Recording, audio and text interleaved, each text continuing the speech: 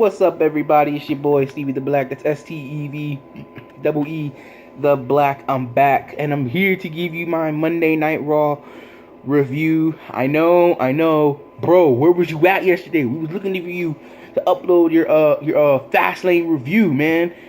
I'm so sorry. It just didn't happen. But I'm going to make it up to you by giving you the Monday Night Raw review because Monday Night Raw was pretty good yesterday. Wasn't bad, wasn't horrible, pretty good. So let's break that down, shall we? So Raw starts off with Chris Jericho. He comes in the ring. He gets right to the tape. Says, Owens, come out here. I need you to explain to me why you did what you did. Owens comes out and he says, basically, you were never my best friend. You were a tool used to protect me to keep my Universal title.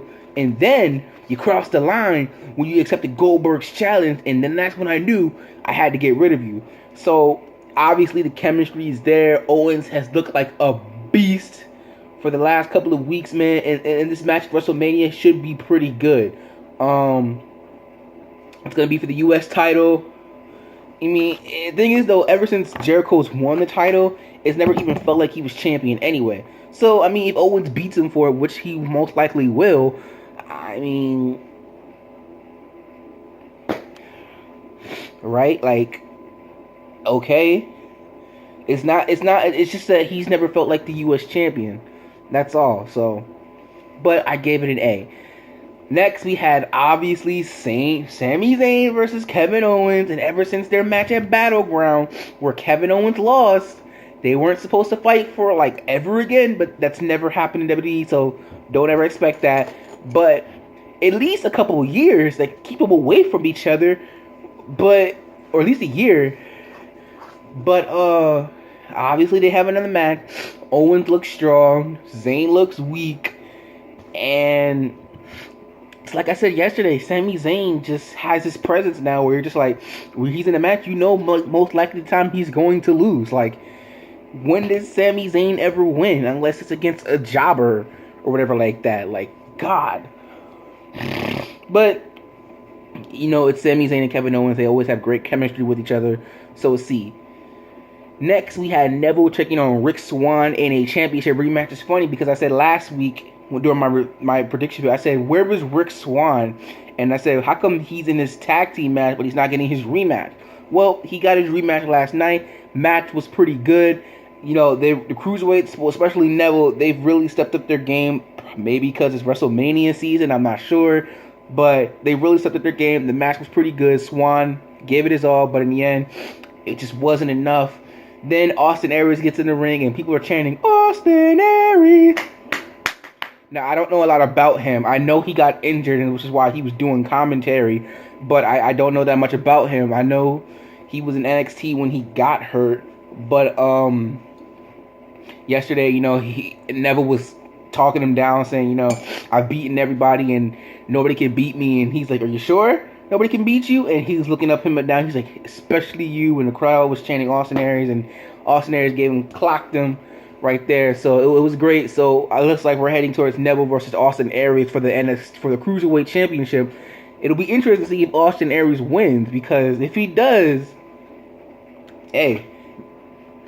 But I gave that an A. Next, we had Goldberg and Brock Lesnar segment. Goldberg comes out, says, this is our belt, yada, yada, yada. Heyman comes out. Here comes Brock Lesnar. They're talking. Lesnar gives him an F5. And that's it. So, and Goldberg looked really hurt. But hopefully he's fine. But here's the thing. We know this is going to be the main event of WrestleMania. So I am asking, begging, pleading. We all know Brock Lesnar is going to win that match.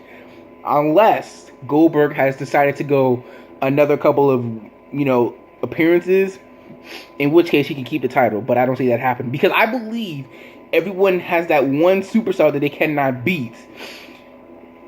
For Undertaker, it was Brock Lesnar. For John Cena, I think it was Edge / Randy Orton. I think it was Edge actually. He did get the last win in their feud. Who else? I can't think of anybody else right now, but everyone always has that one guy that they just cannot beat for whatever reason. And I think Goldberg should be Lesnar's kryptonite in the sense that you can't beat me. And then obviously whoever takes the title off Goldberg takes the title off Goldberg. But we all know Brock Lesnar's winning at WrestleMania. So my only hope is this. My only thing is this. Please do not be a 10, 15, 30 minute, a minute and a half match. At least give us 10 minutes. You give us 10. Man, I know the match at WrestleMania was bad. I know. From years ago. But just give us 5 minutes at least. 10 was asking a little too much, but 5 minutes. At least give us a 5-minute match. You can do that. As long as it doesn't take one F5 to take down Goldberg, I'm be happy with that. At least after the 5 minutes are up, at least. So that's all I'm asking. But I gave this segment a B.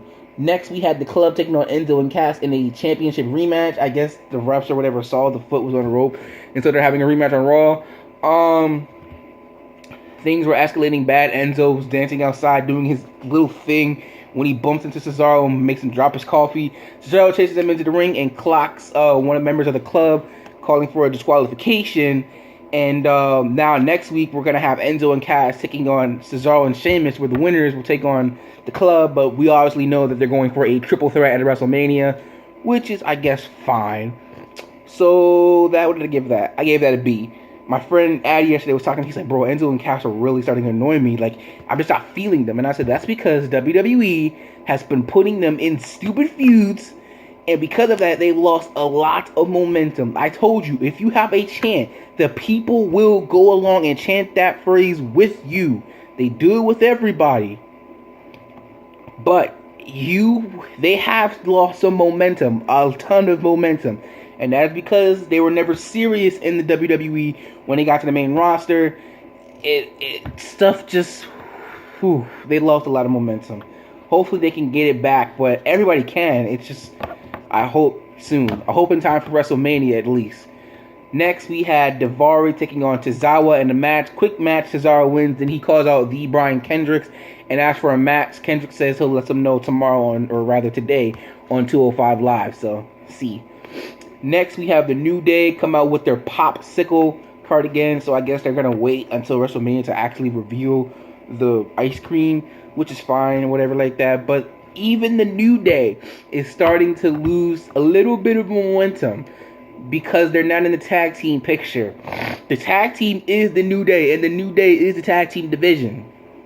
So hopefully after WrestleMania, whoever the champions are, the New Day goes after them and takes the titles back, or at least get in a title match, because they need it back. They really do. A lot of people were saying, oh, the New Day don't need the titles anymore. You sure about that? They at least need to be in title contention and feud with actual people and not just beat up the Shining Stars every week. So, see. Oh, and they beat the Shining Stars, so see.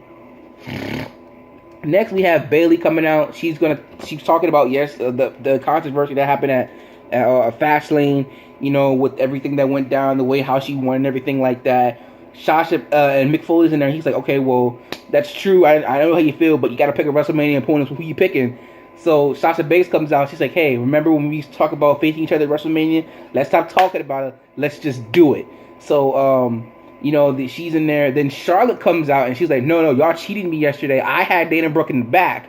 And obviously, like I said, it's all for Sasha Banks' heel turn. But apparently that's going to wait until SummerSlam, which is a long time away. But I can see it. If you watch wrestling as long as I have, you can just see it when it's starting to build up. But, what can you do, right? Stephanie comes out. She gets berated with CM Punk's chant, but she kills that right away, and she actually said his name. She said CM Punk, I was like, oh my god, she said CM Punk! Yo, if CM Punk was ever trying to come back to WWE, which I don't think he will unless, something, goes down, they can bridge the gap. I don't see, with Stephanie and Triple H and Vince doing stuff like that, he ain't coming back. But,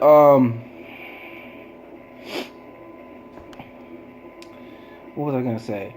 Oh yeah, so Stephanie comes out.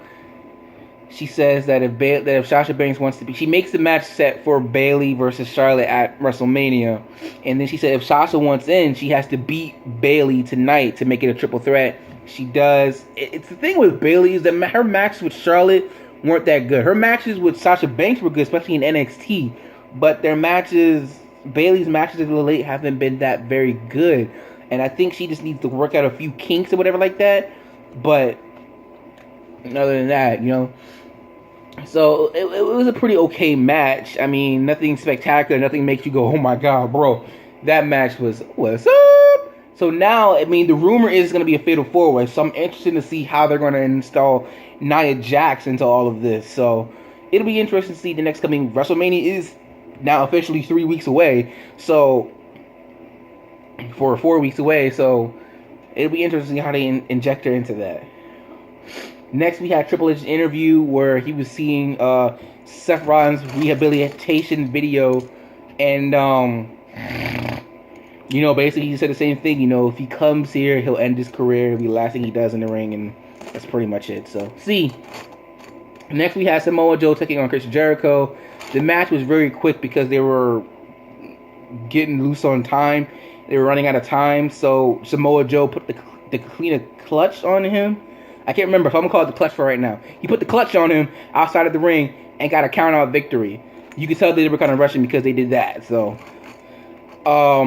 my friend Addy, he said that, Finn Balor's supposed to come back this week, but he didn't. So, maybe he'll come back next week, and maybe it'll be Finn Balor versus Samoa Joe at WrestleMania. So, we'll see. I think that'll be a very interesting match.